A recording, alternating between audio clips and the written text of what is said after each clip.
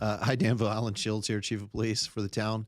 And we are 10-8 and in service, which means we're here to make people's lives better. And we do that by safeguarding the lives, rights, and property of everyone we serve. Here's my call to watch the whole show. At the end, I'm actually going to do a hypothetical scenario where we talk about mental health and how officers respond and the different tools we use. And I know a lot of times I will talk about, like last week, I'll talk about the mental health services that are offered and how we work with different mental health programs. But I think sometimes it's helpful to kind of run through a scenario. And so stay tuned for that. We'll cover the crime, we'll cover the traffic, but make sure you hold on for that. As always, this is a live show. So please, if you have a question, I'm watching both Facebook and YouTube, and you can type your question in. If it's something I can answer during the show, I'll answer it. If not, I'll answer it later on during the chat. All right. Also, Happy New Year. And if we could do kind of a check on the comments section here, put what you did for New Year's, because I'm curious. This year, we in our house, we usually do the East Coast New Year's because we like to go to bed early. And this is the first year in probably 10 years that we stayed up till midnight, and we had it for the kids and all that. And the reason I think that this, I'm sharing that with you, is it applies to public safety. And what did we do? So we hosted a gathering for my 14-year-old son and his friends. And, we thought as parents, what a great way to, one, ring in the new year, celebrate it with friends, but also provide a safe environment for kids. We often know that during events where kids are off, or they've got time off, you'll see them. And what we see, when I say you, I mean the police, we'll see them. And we'll see them at large parties and gatherings. We'll see them at parks. We'll see them at 2, 3, 4 in the morning. And we'll see them with alcohol and other things. And what we see is that kids, when kind of left without supervision, can sometimes tend to do things that may be counter to their own safety or interest. And so that's what we did. Is we stayed home, but we thought it was good to host and have some food and all that stuff out, and just make it a good environment for the kiddos and make sure that it was supervised by 2 adults, being my wife and I.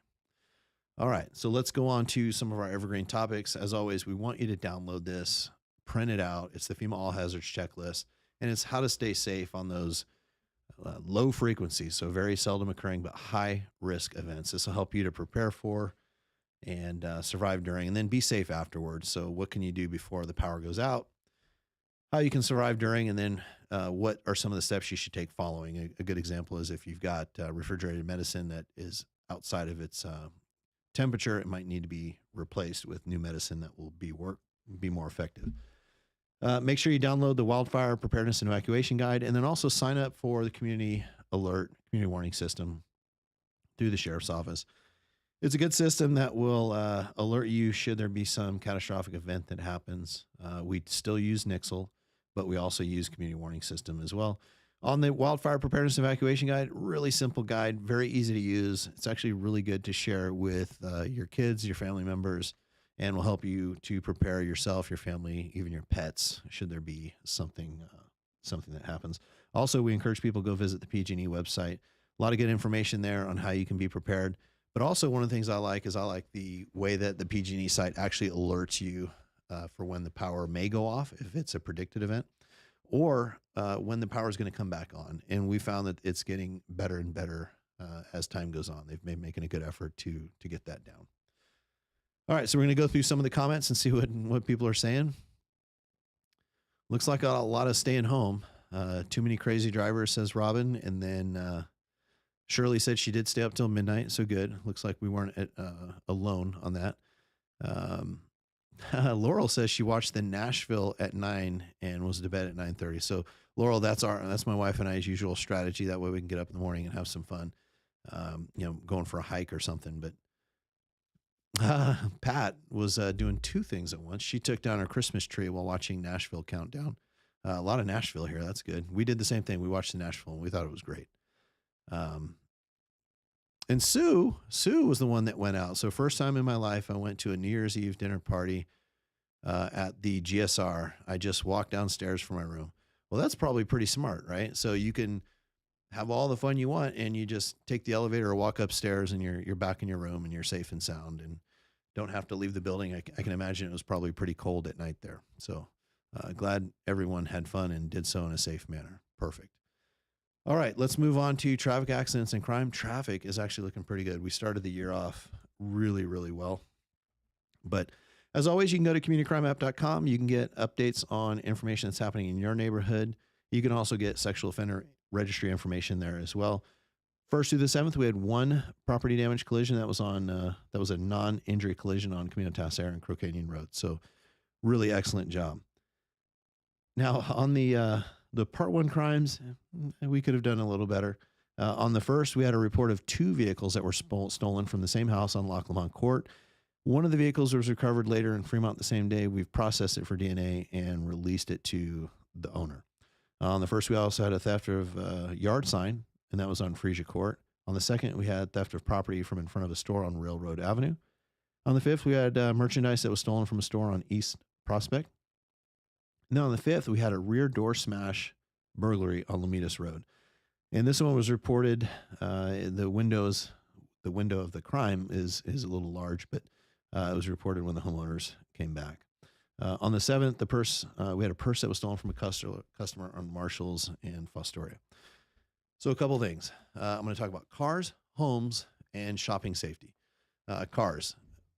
We've talked about it, and I'll encourage you. I'm not going to go into the detail I did on those shows, but go back a show or two, and we talked about how to avoid having your car stolen. Big things are, if you keep your car locked, keep the keys out of the car. If your car is one where the ignition can be punched pretty easily, those are typically your older model cars. And I know it's also the Kias. Those have been highlighted in the news lately. If you just look at Kia stolen cars, you'll see a lot of YouTube videos pop up on those. If it's a car that you know is capable of being stolen pretty easy, it doesn't have a chipped key, it's not a newer car, we recommend putting it in a garage or something similar. But just do what you can to keep those from being stolen. On the home burglaries, general safety tips is motion lights in the backyard, have your lights on the front on a timer, have an alarm and set it. I know I'm guilty of that. We have an alarm at my house, and oftentimes I'll leave. Hopefully the burglar's not watching this. I'll leave and I won't set it. It doesn't do any good if it's not set. If it's set, what we have found when we do these little microanalysis of different periods of time, if the alarm is set, what we have found is that these criminals will make limited penetration into your house. So they won't be in there for that long, and then they'll leave. And that's good. The other thing that helps us is when we do the area check and we go to your neighbor's home and we ask for footage from maybe their Ring doorbell camera that faces the front, or maybe they have a driveway camera that faces the driveway. We can actually give them a tight time frame. Hey, can you get us the footage from, on January 5th between 2 and 2:15 p.m.? And then we can look at all the cars that went by. And then we can roll that back to our license plate camera system. And we can look at the cars that are there.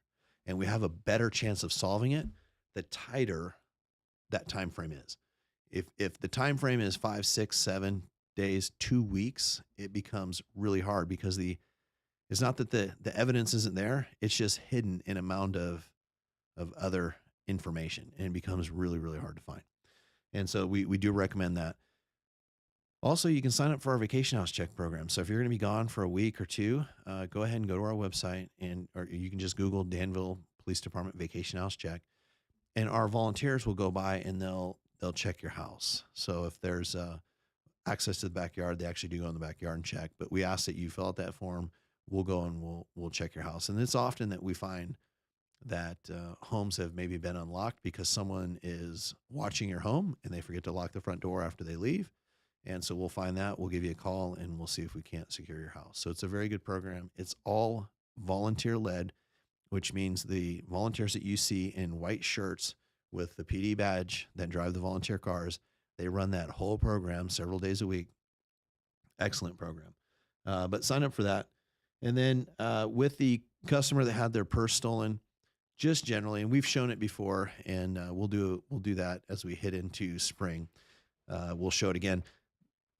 But you have to pay attention to what you have with you. I know that I shop at a lot of the stores here, Costco, Marshalls, Safeway, Lunardi's. I'm in them all. And maybe it's the police officer's mind spinning, but I see purses, I see backpacks, and they just sit in the cart. and nobody's watching them. Someone's picking out produce, and it would be very easy for a opportunistic thief to just come and swipe that. My first recommendation is, if you can, when you shop, limit yourself to just your phone, maybe your phone and wallet. That's it. Stick this in a pocket, and you make yourself less visible to opportunistic thieves. If you are bringing your purse, we recommend carrying it in such a way that makes it so that it does not seem as though the person can take it from you. Also, it is not accessible, so someone can just reach in, grab your wallet, and go, because we do see those thefts from time to time. One of our detectives actually had a very good idea, and she gave this to me about a year or two ago. And what she does is she has a little clip that she clips onto her purse and then clips that onto the shopping cart. Just a little clip, kind of like those key ring clips that you can use. And she does that. That way, if the person were to try to take the purse, it's actually clipped into the shopping cart itself. So good tip. So let me do this. Instead of pretending like who doesn't walk around with a purse, knows how I secure my purse, let's do another kind of poll on the chat here and see if you're shopping, how do you secure your purse, or what do you do with your purse before you go into the store? Because one of the common things that we see is people will lock it in a trunk, or maybe these new electric cars will put it in a frunk. But if you do that at the location you're shopping, the risk is that someone actually sees you do that and they break into your car for that specific item. So go ahead and throw your crime safety tip in the chat. And while we're doing that, we'll actually cover the arrest log. Pretty light, so not too bad. January 1st through the 7th, on the 1st, we actually had a man and a woman, so there's 2 arrests. A man and a woman were arrested for DUI, and that was on Camino Tasajera and Shady Creek Drive. Both were cited and released. On the 5th, a man was booked into jail on a Contra Costa County warrant after being stopped on Diablo Road in 680. So 2 arrests, not a bad week. I know that some people would say, well, wouldn't you want to, if you're cops, wouldn't you want to be out there making a lot of arrests? Certainly. But for me, the best week is when we make no arrests, issue no citations, because in order for us to arrest someone, that means somewhere someone had to be a victim of a crime, or the circumstances were such, like in a DUI, where someone created conditions where someone could have been seriously injured or killed.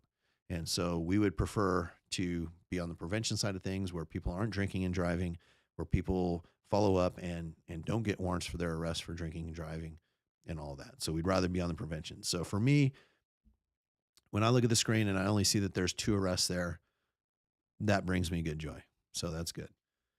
As always, just know that the arrest log will not cover arrests for sex-related crimes and family violence crimes. And the reason we don't, it's not because we're trying to protect the identity of any suspects, but what we don't want to do is release the suspect information that could tend to identify a victim. So we're very protective of our victims' identity and their rights to privacy. All right, and then I'm checking on YouTube, and we have Roy saying for the New Year's, he stayed home safe and warm. So there seems to be a consistent theme with the people that watch the show here, that everybody was staying home, and it was a little cold. So I have to admit, I was looking for a little bit of warmth too. All right, on this, let's see, we've got some comments coming in for how we protect our purse. So for me, I usually have in fact, this is my backpack. So I walk home, or I ride my bike. So what you'll see is I will take that with me. If I'm driving my car, I don't leave it in my car. I take it with me, and I wear it on my back, and I make sure that all the zippers are zipped up. Now, what I don't do is, in those really kind of popular zippers that are way on the outside, I don't put my wallet in there. I'll put pens, pencils, things like that. Things that if it were stolen, it wouldn't bother me. My wallet stays in a more hidden and more concealed location, where someone, if they were just standing behind me in line, they can't just simply unzip it and get in there. You wouldn't be surprised. Criminals that are very good at sleight of hand are very good at unzipping a zipper, and you'd never know they did it. A couple months ago, we played a video. We've played it a couple times on the show, of a lady who had a nice purse, zippered, carrying it over the shoulder, everything like you should. And these pickpocket thieves were able to unzip the purse and take her wallet out of there without her even knowing it. So there are some people that can do some pretty amazing yet bad things with their criminal technique. Robin says she keeps it on her shoulder. Robin, that's the best way to do it. And Laurel goes a little bit further and actually says she does the crossbody strap, and that's one thing I recommend. And she also says, or she just uses a small phone. Shirley also does the cross, or she says she changed from a crossbody purse for many years and never take it off when I can't read the emoji. And then Pat says she carries a small crossbody zip purse. It seems like crossbodies are winning the day here. Sue says she makes sure it's zipped closed and connect the straps in the basket through the handle. That's actually a good idea. I didn't think about that. Use the straps that are already on the purse, because a lot of them will have the little clipper, and you can unhook it and clip it into the cart, the shopping cart there. Fong says, I was in the San Ramon City Center yesterday, and the car next to me had an open coach leather purse lying on the front seat. Did not understand how anyone could still do that. Just attracts more opportunistic criminals. So here's my take because I see that too. I don't see it as often. I actually see it less often today than I did even 8 or 10 years ago. In fact, I'll share this story with you. We did the Rose Garden Shopping Center. I sent some volunteers down there. I said, look in the cars, write down the license plates of every car that has a wallet, a cell phone, a purse, or a backpack or gym bag showing. Because all of those things are loot for our criminals.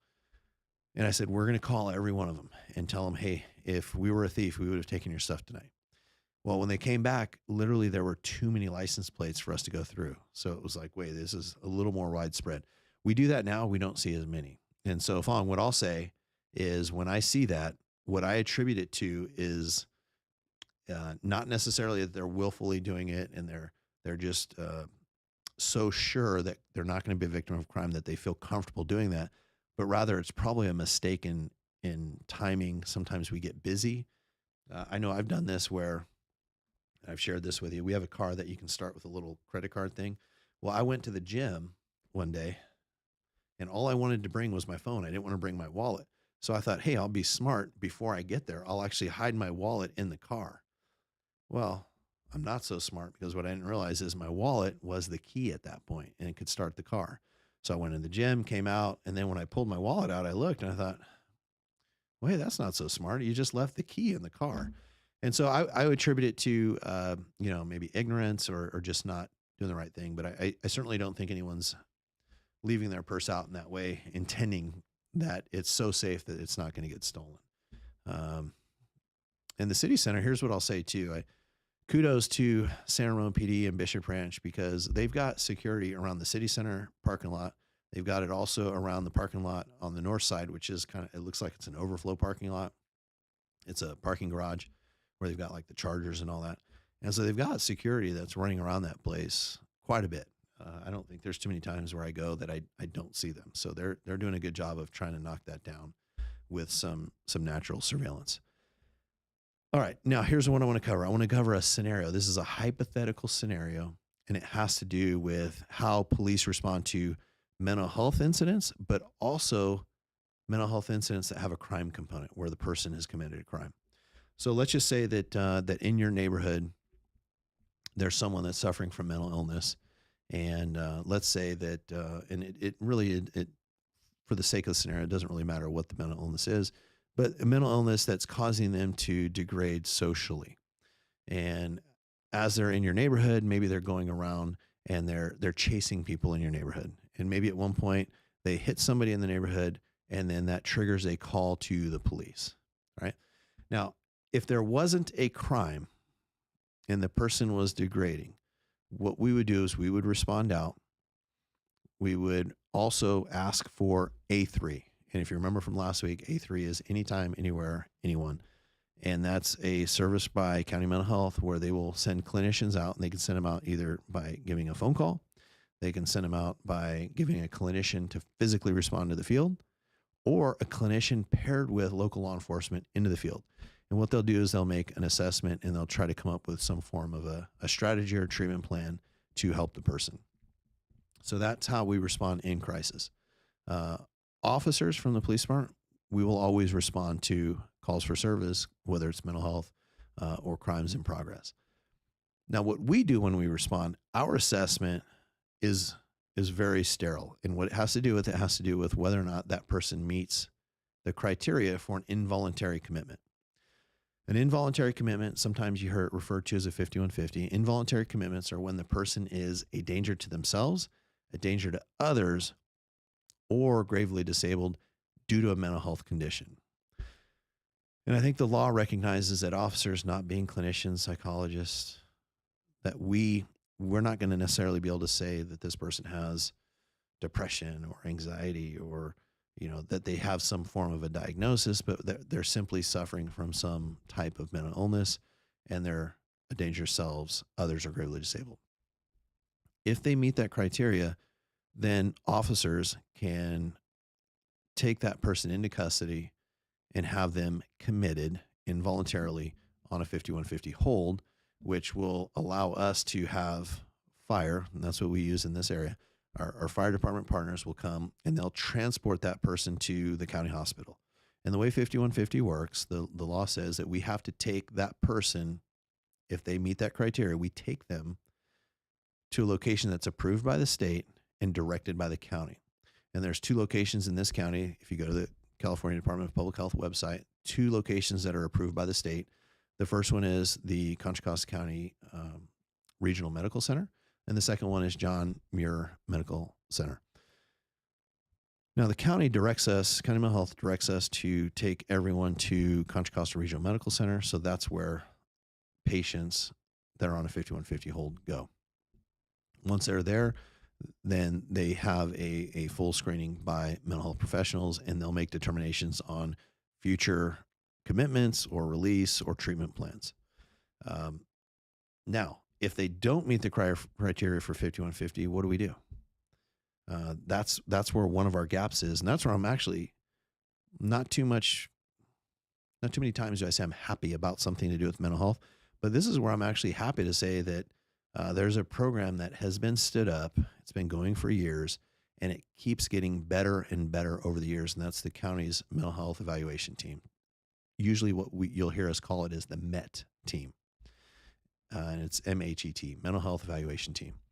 That's a team with county mental health and the sheriff where you have a clinician from the county paired with a deputy. And if you think about it, this is more of like case management. So if we were to go out and find someone that maybe doesn't meet the criteria, doesn't rise to the level of an involuntary commitment, but we have family members or neighbors saying this person is heading in that direction. And when we put a lot of faith in what you tell us, because we believe that you're the experts in your community, we believe that you're the expert in your family. So if you have a pattern of recognition where this person appears to be going into a negative direction, we may refer your family member or your neighbor or your friend to the MET team. The idea behind that is, why wait till they get to the point where they're needing an involuntary commitment if we can head them off before that? And what MET does is the clinician and the deputy will go out to the house, the location where the patient is. They'll even attempt to contact family members or people in that close circle, but they'll try to come up with a creative treatment plan to get that person to voluntarily seek out treatment.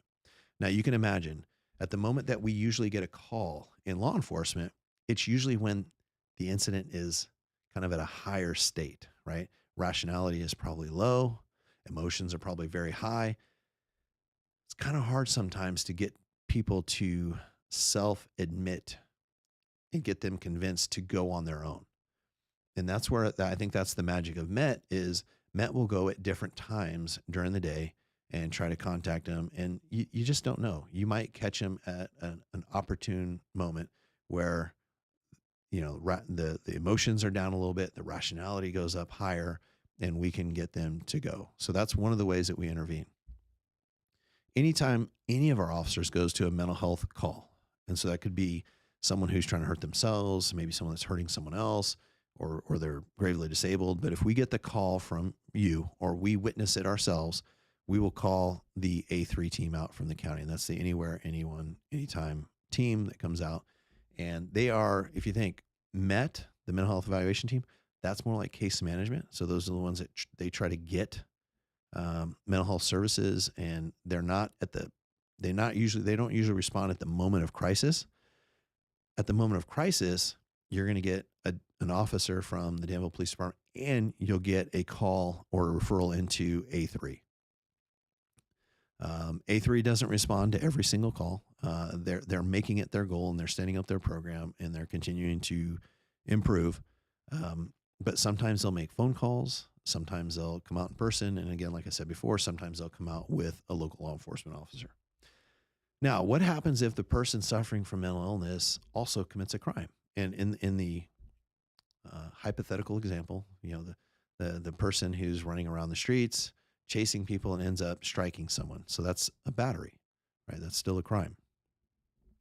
What your officers will go out and do is it's an investigation just like any other criminal investigation. We'll interview the victims. We'll interview witnesses. We'll attempt to contact and interview the suspect in the case. If there's evidence to be collected, we'll collect it. Frankly, it's gotten a lot easier for us over time because we wear body cameras now. So every statement, every scene that we see is video recorded. And so there's a lot of our evidence captures there. But if there's evidence to be captured, maybe there's video of the incident, and we'll capture that. And we'll investigate the crime. And from a crime standpoint, if an arrest needs to be made, then to keep the crime from continuing, we'll make that arrest. If it's a felony, usually they go to jail. If it's a misdemeanor, the default is they get site released unless it meets certain criteria. So like in a DUI, for example, if we believe the person's too intoxicated and the crime will continue, we can book them into the jail. If it's a battery and we believe that crime may continue unless that person is booked, we'll book them in jail. So there are times where that crime is committed, and even if it's a misdemeanor, we'll book them in jail. Other times, maybe we are unable to contact the suspect, or it's not fruitful in the moment to contact the suspect. What we do is we will fully investigate the case like we would any other criminal case. And then what we'll do is we'll document all of that in a crime report. We'll book all of our evidence. And then what we do is we send that criminal case, as we do with all criminal cases that we request filing on, we send it to the district attorney's office. And what they do is they have an independent review of the case. And what they do is they look and try to determine, is there enough facts to support a criminal charge? One of the things they do consider is whether or not the victim wants prosecution. In the battery case, for example, if the victim of the battery, if the person who was struck says, no, I don't want prosecution, I will not cooperate with the case, I will not testify, but I just want you to know that that person hit me, probably not going to get prosecution. If you have a cooperative victim that says, yes, I'm a victim of crime, I would like prosecution, more often than not, then if the elements are there, you're more apt to get prosecution. Now, our role in it, we're the fact finders. We send it to the DA's office. If they choose to prosecute, they can issue a notice to appear, where they send them a letter that says, hey, appear in court at this date and time, or they can issue a warrant for the person's arrest, at which point we would go and we would arrest that person and either issue them a cite if that's what was warranted on the or what was listed on the warrant, or we'd book them in jail. So whatever the warrant itself directs us to do. All right. So I'm hoping that by kind of describing that, you understand that the path that we take when responding to mental health involves some prevention. Like, we would love to get calls earlier and often of people that are suffering from mental health or potential crime problems. We would prefer to know about problems earlier, because there's things that we can do on the prevention side. So we do work on prevention. At the moment of crisis, you always get an officer that responds, but we also make that referral to county mental health, behavioral mental health, for whether or not there's a team that can respond from them. And if they meet the criteria for 5150, we'll involuntarily commit them. And if there's a crime that's involved, we will investigate that crime. And if asked by the victim, we will refer that case to the DA for prosecution. So those are kind of the path or the elements involved in how your police department handles those cases. Now, here's why I say all that. A lot of times when it comes to mental health, crimes, homelessness, the request we get from the public is, I see a homeless person on the corner. I want you to move them along or snatch them up, or I don't want to see them anymore. Right? Please understand that your police department is a professional police department that takes the responsibility of safeguarding lives, rights, and property very serious. The other thing that we do is we stay up on case law, on the penal codes and the vehicle codes to make sure that we, in the pursuit of making people's lives better, don't trample somebody's rights. So sometimes the tools that we have, or the authority that you all have granted to us, doesn't allow us to do what you may wish that we could do. And what I wanted to do was give you kind of the policy statement, or the, what we are able to do, so that you have a better understanding. So when you call the police and say, my neighbor suffers from mental health and I'm frustrated, I don't want them here. I hope you understand the tools that we have are referrals to our mental health partners, 5150 if they meet the criteria, or an arrest should a crime occur, right? Those are the basic options. There's some more details in there, but essentially from the 30,000 foot level, those are the options that we have to us. Just the same as if there is a homeless person that's, panhandling. If they're not aggressively panhandling, they're not blocking the sidewalk, they're not blocking the roadway, if they're not violating the law and they're able to care for themselves, there really isn't a law enforcement function there. There may be a moral function, there may be a public welfare function. I wouldn't want necessarily my family member to be out in that condition. I would offer support, but it's not something that's a law enforcement function, because there's no crime being committed. They're able to care for themselves and they don't meet the criteria for 5150. All right. With that, I don't see any other questions in the chat, but I do appreciate everyone that put in some detail in the chat. That actually helps extend our reach. Believe it or not, I'm not into the algorithms and all that stuff of this, but when you hit the little heart button, or you forward this, or you put a comment in, it actually helps to get this to pop up on other people's feeds. So I do appreciate the comments. I appreciate everyone joining us here, and like to cover some of the topics again. But if you have any questions, throw them in the chat and I can get to them afterwards if we don't get to them during. Make sure you sign up for Community Warning System, download the Wildfire Preparedness and Evacuation Guide, visit the PG&E website. Good information on there on potential power outages, how you can stay safe during power outages, and what you can do to prepare for them, but also information on when the power will come back on. And then download the FEMA All Hazards Guide and checklist, and that way you can be prepared should one of those low frequency but very high risk events take place. I appreciate everyone joining us, and thank you very much. We're 10:10, which means we're off duty, but we're always 10:8 in service to all of you. Have a good night, Danville.